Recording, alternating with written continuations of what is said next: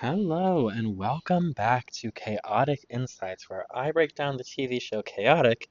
And today we'll be talking about Season 2, Episode 1, A Rare Hazard. So grab a snack, start your laundry, and we'll dive right in.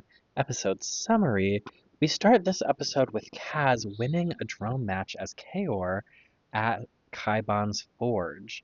But he doesn't seem to be all that thrilled by the win. He meets up with Sarah and Peyton, but they are packing their bags to attempt to visit Tom at the Overworld Arsenal. This triggers Kaz into a rant about how he does not want to see Tom. Meanwhile, Tom has been hiding out working for Bodil at the Overworld Arsenal.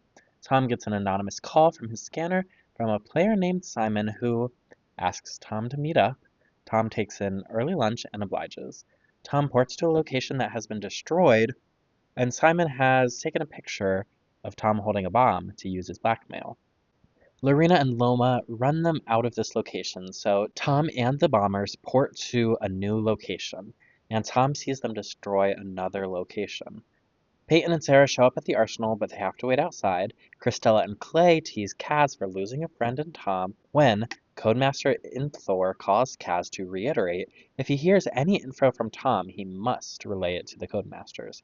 Tom learns that Simon's motivation for destroying locations is to make them ultra rare so that he is the sole provider and he can make a profit selling these location scans.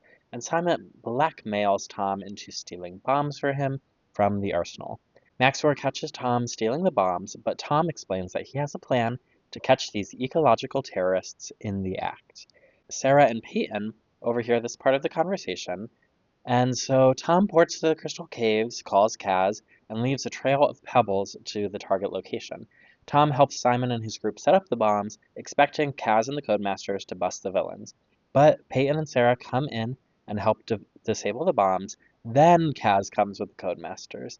And then they explain to Sarah and Peyton that Tom and Kaz challenging each other in the season 1 finale was all an elaborate setup to stop Simon from continuing to destroy locations. Analysis. So, first things first, we have to acknowledge the animation change. And this is me doing that. There was an animation change. So, why was there an animation change? Who's to say? But there was one, so that's all I care about. Now, I really can't comment on which one I like better. Do I like the old style better? Do I like the new style better? Because I am, at this point, so used to both of them that, I don't really know the difference anymore. You know what I mean? Obviously, I see the difference, but when season 1 switches into season 2, no longer do I have this guttural reaction of, oh my gosh, everything is different and ruined. And I'm okay with that. The shock is gone. You know what I mean? Because when anything changes, at first you just feel shock. And at this point, not only have I been so normalized to both of them, but I genuinely like both of them. I like the season 1 animation. I think it does a lot. And I think there are pros to that one, and I think this new style of animation for season 2 and 3 also does a lot and contributes a lot to the table. I think they both have strengths in terms of art style and how they convey a narrative, but what I can comment on is how each character design differs from one style to another and what that says about them. And so should we do a little compare and contrast for our four main characters? Let's do it, and let's start with Tom. So Tom, this is actually a really faithful adaptation. The main difference I see is that the Tom in the new animation style is wearing a black or dark gray undershirt that the graphic tee is sitting on top of, rather than a long sleeve blue shirt. And it's cut a little shorter. It's not quite like a baseball tee, but it is similar to that. And so, the shorter sleeve, similar to a baseball tee, could emphasize his athleticism. That maybe is not emphasized as much in his original design. But the undershirt color doesn't really change the color of the outfit. At this moment, the blue is still represented in his pants. Which one I like better, who's to say? At this point, I think I like the blue sleeves better because it makes the pants feel more cohesive versus The black sleeves make the pants feel more out of place. It makes the pants more of a fashion statement that these pants are bright blue rather than, coordinating with the sleeves. But besides that, his hair, his pants, his shoes, they're all pretty faithful and similar. Now onto Kaz. Kaz honestly has the most changes that I noticed, and the first thing that jumped out to me was his glasses. And in season one, his glasses have this like thin, dark rim, versus in season two, they're basically all lens, which I think makes sense logistically when you have to show the glasses depth in like a three-quarter, shot. But it stuck out to me as an immediate change because, I'm used to seeing the glasses kind of outlined versus the lens itself doesn't have that like rim. So it's just the first thing I noticed. And also, I said, is he wearing a V-neck? And so those are two things. And you know what? He is. The things is that they're getting really definitive with the collars on Kaz's costume. The t-shirt transformed into a V-neck, and the color of the collar is now a different shade of green, versus in the old animation style, it was just, a normal green t-shirt with the same color collar. They also added like a military collar to his cargo vest. It's not really a military collar, but it like sticks up like that. And so I don't have the right verbiage for what it is at this moment, but it turns his vest more from like a fishing vest into a like hiking or safari vest. And all that takes is the collar. And so I think this is a logical choice because, the fishing vest is really more for special occasions versus something like a hiking vest feels more tactical. And I think it emphasizes, the needs of when you go scan questing, you need that more like tactical hiking safari vest, versus a fishing vest is very tactical but less everyday. It feels less normal to wear it as like a fashion piece rather than specifically when you're fishing. And also, the V-neck really gets me, and I can't tell you why, but it might be like time period situation because, V-necks were in more style when the cartoon came out, and like now they're less in style. But something about the V-neck really gets me. And the last change I noticed is a streak in his hair. In the old animation style, it was like one lightning bolt streak, and now it's like two strands that are like symmetrical across his face. Now, whether this streak in his hair is meant to be interpreted as a streak or rather it's just supposed to be like an artistic choice to represent like highlights in his hair, who's to say? But either way, the shape language of it transforms my understanding of the way I understand the texture of his hair, right?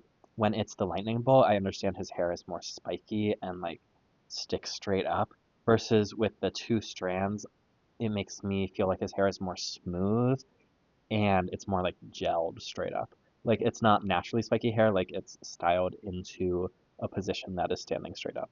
On to Peyton. Peyton, his changes are a lot more minimal.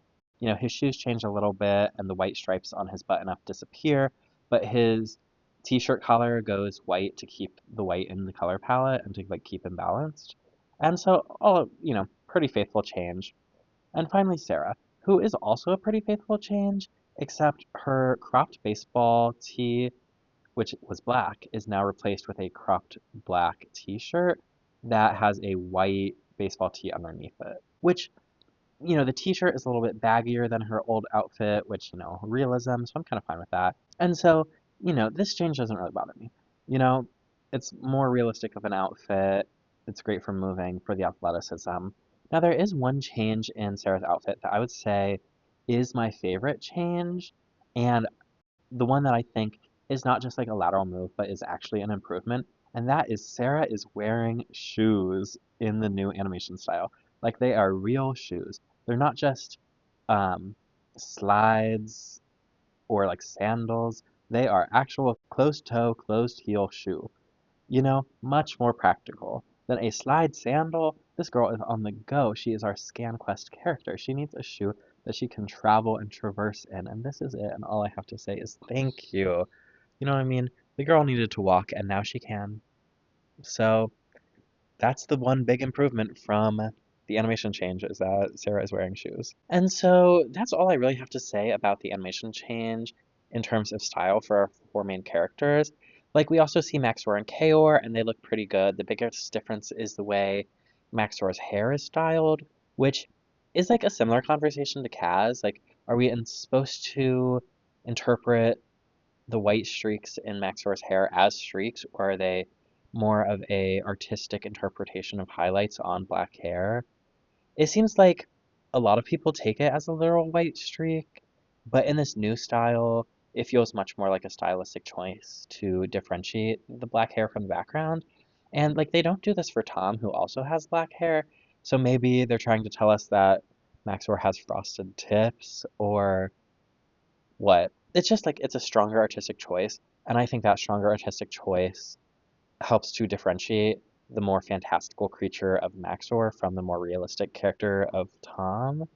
And, the only other two I could talk about are Chriselle and Clay, but let's wait until they get a shining moment later. That being said, this season premiere of a new animation style, they make it a point for us to see our two hero creatures, Maxor and Kaor, and our six recurring human characters, even if it is just for a brief moment. They want to show off and normalize what these characters look like right away so that going forward, this is the creature, this is what we're going with.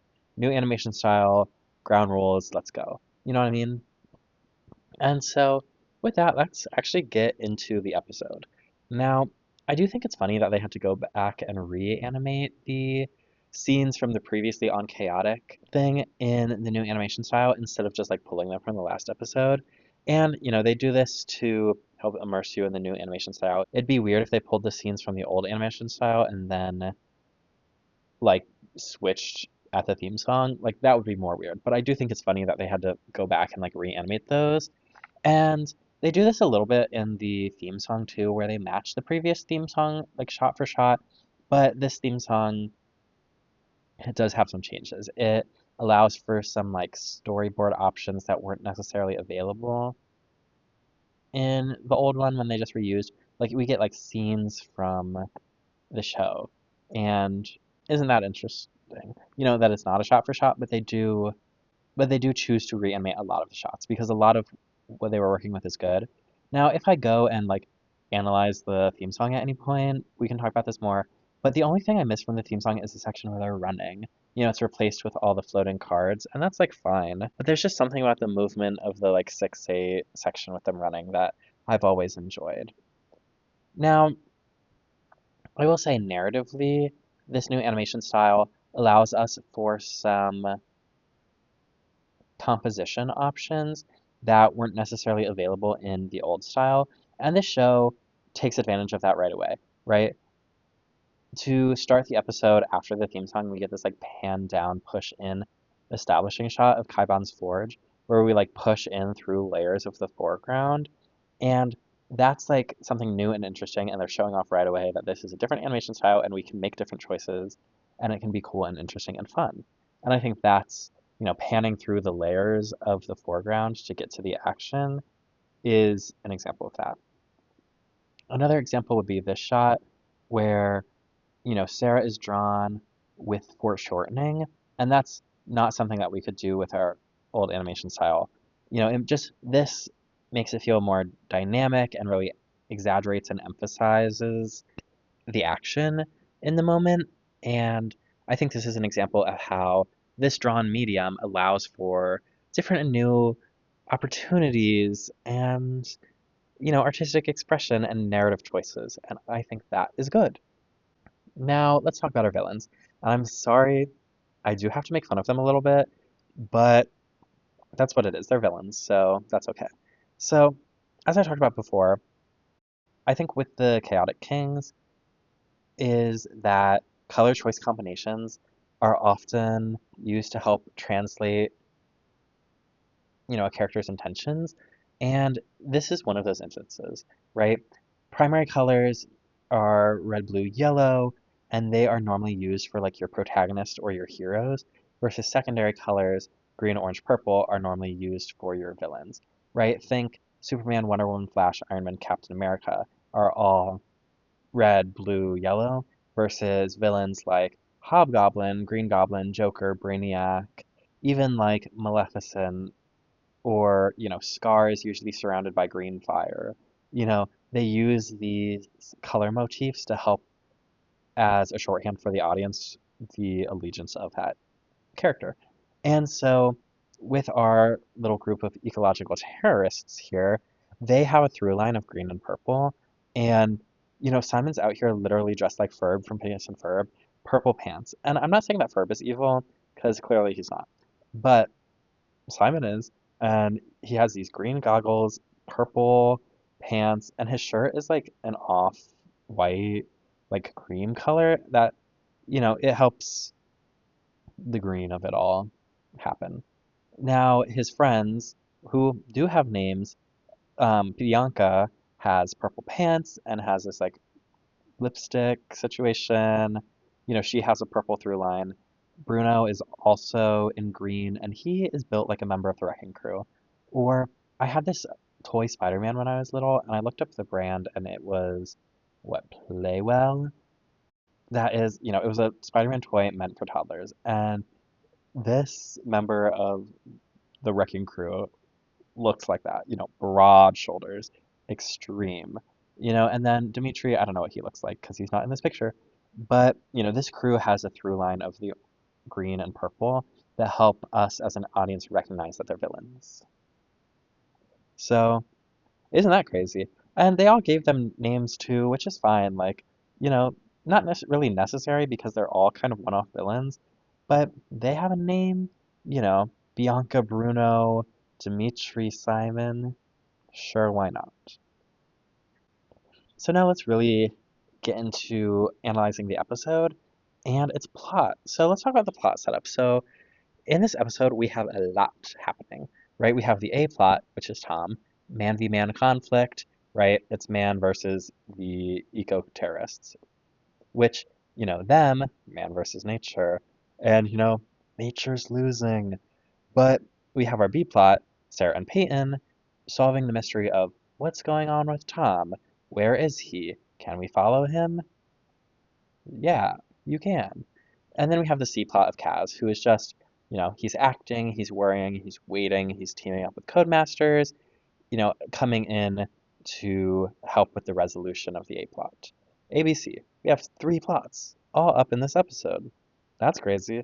So something about this episode is we start in media ray again, right in the middle of the action, in the middle of the story, which particularly is because this is a part 2 episode, like, we do previously on, and we have all that set up from the season finale. But this episode, we just start in the middle of the action, and especially in a drone match. They want to hook you in with action with excitement so that you can go on the rest of the journey. And that's just the way they decide to present this episode. Because they could have started this episode with a flashback or with exposition, or we could have gotten some information about the eco-terrorists. But no, we start with Kaz, because he, in the first episode, was set up as the protagonist, and so we follow him into the second episode, and then we learn about Tom, and then Tom's the protagonist of this episode. They have that, like, kind of handoff moment. And this goes on to remind us that we as an audience member, we're not given an omniscient point of view in Chaotic, right? We are not given like an omniscient narrator situation. We are getting very limited information flow. And specifically through these 2 episodes, we're getting information mostly through like Sarah and Peyton's perspective. And then of course, we go on to follow Tom a couple moments because he's set up as protagonist as the episode. But, we don't really get the full reveal, full explanation until, Sarah and Peyton put those pieces together for themselves. And so this limited point of view really allows the writers to keep mystery at foot to preserve their twist. Theme! Let's talk about the theme of this episode. The theme of this episode is a big one, and I fear that it is do not do ecological terrorism. And that is don't destroy locations, And I think that's a big one. This is really like our Earth Day episode. Like, care about Mother Earth, let's care about Param. We should preserve the beautiful nature and world that we have around us, and destroying it for profit is like not fun or cool, And our villain's motivation here is money, and he realized that people are willing to buy scans at higher prices if they are so rare. And so he's intentionally manipulating the market to make more money. And it's what it really is supply and demand. He limits the supply of locations, and the demand for rare locations stays pretty consistently high. And that means he can increase the price because if there's less supply and the same amount of demand, the price goes up. And that's economics for you. But Simon is doing this like capitalist shenanigans to manipulate the market in a way that he makes more money for himself, but in a way that is also like vilifyingly damaging to locations. He is destroying them. And that's why it's like the Earth Day episode, because we should care about the Earth. We should care about Param. And like earlier, Christella and Clay did something similar with the phobia mask. Like they destroyed the phobia mask so that they would be the only ones with scans. And like I feel like if Simon did this with Battle Gear, it would still be mean and horrible and awful, but it'd be less offensive. Like you only get one location versus you can try to recreate Battle Gear. But, that strategy doesn't work for Simon because, if he did this with creatures, well, that'd be murder. If he did it with Battle Gear, that's still replaceable versus locations, those are one of a kind. It takes a long time for a creature to be repaired or for a location to be repaired or be restored, and it will never be back to what it once was, like truly. And that's why destroying locations is mean and bad and awful. So he chooses locations for, the stability of one, locations are right where you left them. So you can stockpile locations, you can, create a surplus of supply for yourself and, be the gatekeeper of that to the public. What he's doing, he's destroying locations, and that is bad. And so Maxor was like, these people need to stop doing this. And so he went to a human, a species known for being untrustworthy, quote, Bodil. And the Codemasters get involved to stop him. Like, this is just, it's a big operation. He's not, oopsie, I destroyed a location. He's doing it intentionally and repeatedly and at such a large scale that this is an issue for Maxor that he goes to humans and the humans go to the Codemasters. It's just such a large scale operation because what they're doing is large scale. Here's the thing, once they get caught, there's no way they're ever coming back to Chaotic again. Like, they're definitely banished for doing this. From probably even from entering Chaotic, from playing online, probably the whole shebang. Now, something I think that we should talk about is that this episode is a two-part episode that's broken into a season finale and a season introduction. And so I think the episode is like complex storytelling, but when you put the two episodes together, it becomes worse. Like, I didn't love the season finale, I'll be honest, but I do like this episode, but this episode is paced very fast and it doesn't have a whole lot of room to breathe. And the last episode is like a subversion of your expectations, and this is the one that has the payoff for that. These episodes benefit from repeat viewing because then you know the context and you know the given circumstances, and you understand why they're preserving this twist and presenting you with limited information flow. But I also think there is a lot of information crammed into the second episode, like Tom's residency in the overworld, and we just kind of glaze over that. But the second episode does a lot of telling to push the story forward. Like, they say show, don't tell, but this episode does a lot of telling just to give us information to push the story forward. And, it doesn't have a whole lot of room to breathe. I think it would have been interesting to see Maxwell approach Tom or to see Tom approach the Codemasters.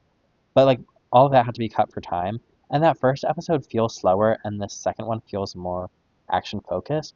And so the first episode feels more standalone, and then the second episode feels like they had to come up with a reason to justify what happened in the first. Like, they feel very disconnected, like they didn't know what that was going to be in the first episode.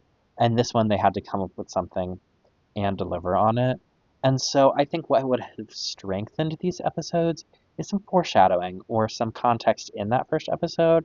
Like, if we would have learned that, somebody was destroying locations in the overworld before Tom and Kaz go into their battle. Maybe it's in that conversation with Peyton in that first episode. that would maybe act more as a bridge to me, but they both feel very segmented and separated from each other.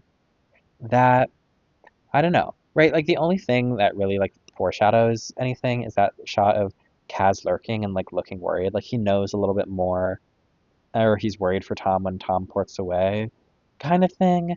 And that's very ambiguous. I would have loved some more like concrete connections.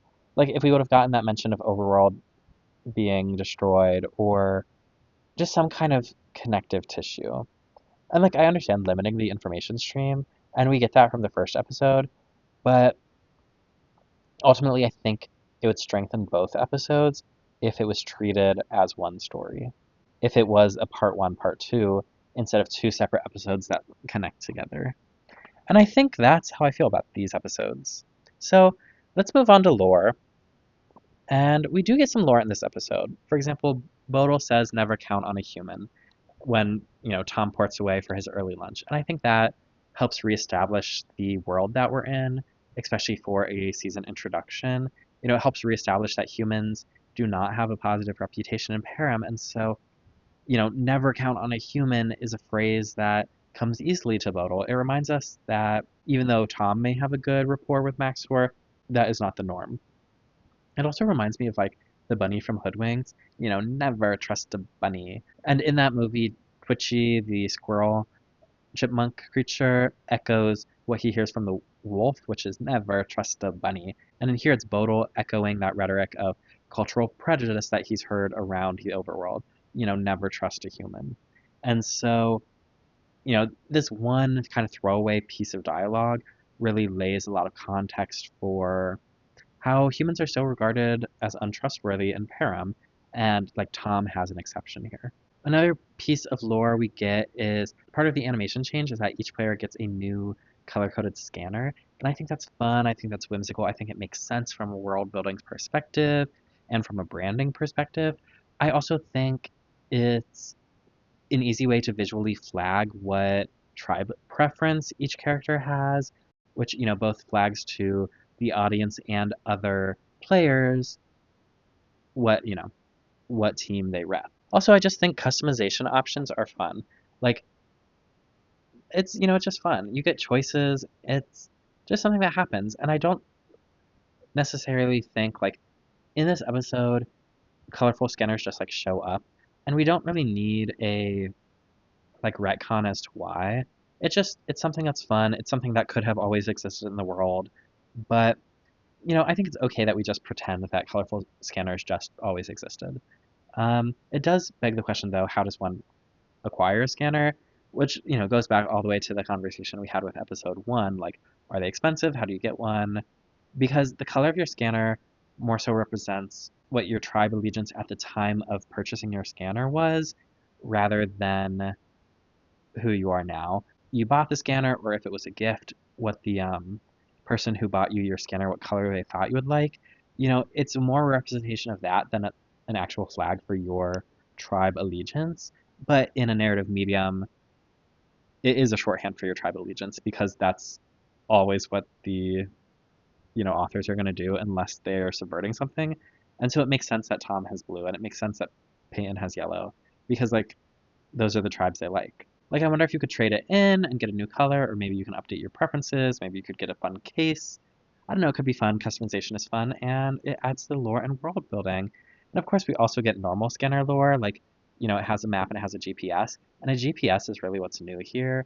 Like, the scanner plots a course for Simon's scanner location, and I think that's cool. And we also get a visual of what the map looks like on the screen of the scanner, and it's like an elevation map, which I guess is fun and useful for those who like that. I wonder if you could change the settings, but just things you learn. We also get, the scanner has a front facing camera, and that's the photo that Simon uses to blackmail Tom. Also fun, interesting, relatively normal. Now, let's move on to locations. Locations are a big aspect of this episode because it's about locations getting destroyed. You get it. And so we get the Force of Life is near Gillick's Grove, we get the Musician's Arch, and we get that both of those were destroyed. So RIP Forest of Life near Gillick's Grove and the Musician's Arch. they both went boom, boom. Now, let's talk about the musician's arch a little bit, right? Boom, exploded, sad. But also, it's in Ravenel Ridge near the Summit of Sorrows, and in real life, there were some physical cards that were like pieces of the Musician's Arch, and like, let's help rebuild the Musician's Arch. And there was some connection to, I think, the online game, and I don't know what came of that, but it sticks out as important because not only is it part of like this marketing campaign that was done in real life, but also because of the like spiritual elements of music in the overworld or in Param in general. Like, we know that you can lose musicians when you play here, but when you count the musicians swirling around the rock, there's 7 musicians there, and 7 is the magic number in Chaotic, 7 letters in Chaotic, 7 codemasters, 7 sides to a music. And so it feels like important or like sacred in the way that like Runic Grove or the Eye of the Maelstrom like intertwine with the lore of music. And so I think I would be interested seeing a return and understanding it more. So if you have any information about that, would love to hear, would love to know. The other location we get is Akarat Cavern, and this is accessible through the secret passage in the crystal caves, and the crystals somehow mess with gravity in this location and energize creatures. This episode really represents the secret of Param because not only are we talking about like these ultra rare locations that only get more ultra after they're destroyed, but they're all in proximity to really close ones, to really common ones. And like, the Forest of Life or Ravenel Ridge or Crystal Cove. These are all things we've seen before or, you know, relatively common locations. But it's interesting to emphasize how these ultra rare locations are so close and in proximity. Like, there are so many secrets in Param, you just have to find them. And I think emphasizing that really contributes to, what we learn later. There are secrets in Param, and, this cave that has weird gravity is just one of them. But it's right next door to somewhere that we were in literally episode 3 of the series. Like, we've seen this location before. Like, who knew that right underneath it was another location? Now on to generic overworld guards. So we get some generic overworld guards introduced, especially in this animation style. And I do think we need to talk about this in the lore section because actually it has some ramifications that I think are invisible when, you're just watching the show, but when you really like put 2 cents and think about it, is odd. So like in the original animation style, we get generic Danian guards, which makes sense because like it's a bug colony. It makes sense just to have the workers like look all the same. But we also get some generic Mepedian soldiers in Bodrin or Bust. And trust, literally everything goes back to Bodrin or Bust. Like, talk about an iconic, pivotal episode that we go back to so many times. But in that episode, we have like an army of Mepedians. And, I give them a pass for that because they're just, they're animating like an army. And there's no need to go in and individualize every single one of those Mepedians. But the implication of identical overworld soldiers feels more insidious.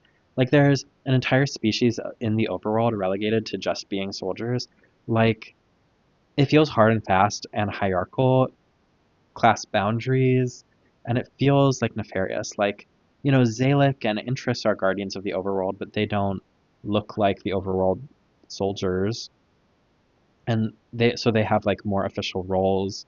Were they born to be more than just a guard versus like you see a very distinct class separation here of like the genetically similar guards to the otherwise multicultural and diverse overworld. It's really a slippery slope, just the sheer fact that these are like a genetic class of people who are just guards is really interesting and dangerous. And when you think about it, it's weird, right? It's weird. And so you could possibly argue that, it's their uniforms that like strip them of any distinguishing features. And that's fine. Like they're not all identical because they're the same person. They're all identical because they're just like the same genre of creature. But it is thought provoking and it is I feel like strange and weird. Unless these are all like Momark creations and they're, you know, unless, they're all clones and he's just popping out standardized guards, having generic overworld guards feels weird. And that's what I have to say about that. And finally, the last thing we get about lore is Codemasters. They have badges, that's fun. They have the power to disable people's ability to pour out of Param, also fun and interesting. And I wonder if that is an important piece of foreshadowing that was established that they have that power and can take it away and give it back again. You know what I mean? Like, why do the Codemasters have the ability to take people's away to pour out of Param? That's crazy. On to fun facts and other notes. Not a ton of fun facts here. We have what's on the menu, churl chips, which is really expanding our branding options here of like, we had music and creature and card-based food, but now we're getting into Codemaster themed food. Does each Codemaster have a signature flavor of chip? I would love to know. We also get, in this animation style, Sarah's hair moves, which, is noteworthy, and so that's why I'm noting it. And also, Maxor must really trust Tom now, and if it's come to a point that like Maxor is willing to come to Tom with issues for Tom to try to solve, right? Right at the beginning of season 2, we're establishing this connection and that trust. And, part of me is like, there has to be a world where Bodil or Peyton or Sarah were all looped into this plan. But I understand why it's just like a Maxor Codemasters Tom Kaz thing, and like looping more people in adds risk to the operation. But they're just like, the lying and cheating and acting of it all feels strange. Like we could have just told Peyton and Sarah and they would have been fine. All in all, I think it's a pretty memorable episode. And so let's talk about my final thoughts. So this is a pretty memorable episode, and I think it establishes a lot. Tom's residency in the overworld with Bodil, Tom and Maxor's rapport, that, Tom and Kaz were just acting. They were being double agents. So like all of that rudeness from episode 40, is justified away. They're all good people, you know. But I do think this is a good first entry to season 2. And though I do stand by what I said earlier of like the season split should be in a different place. You know what I mean? It should be after the Codemaster Krellin match because this feels like just a normal episode and not like it's season 1 of a new season. And it's really just split here because of the animation change. With the context of part 1.2 season finale, season intro, I still don't like episode 40, but I do like this one. But I stand by what I said. There needs to be more connective tissue between them for me to really like it as a cohesive story. And that's what I think. Those are my final thoughts, and let me know if you think Simon looks like Ferb from Phineas and Ferb too. With that, thanks for watching. Let me know what you think, and I'll see you next time. Bye.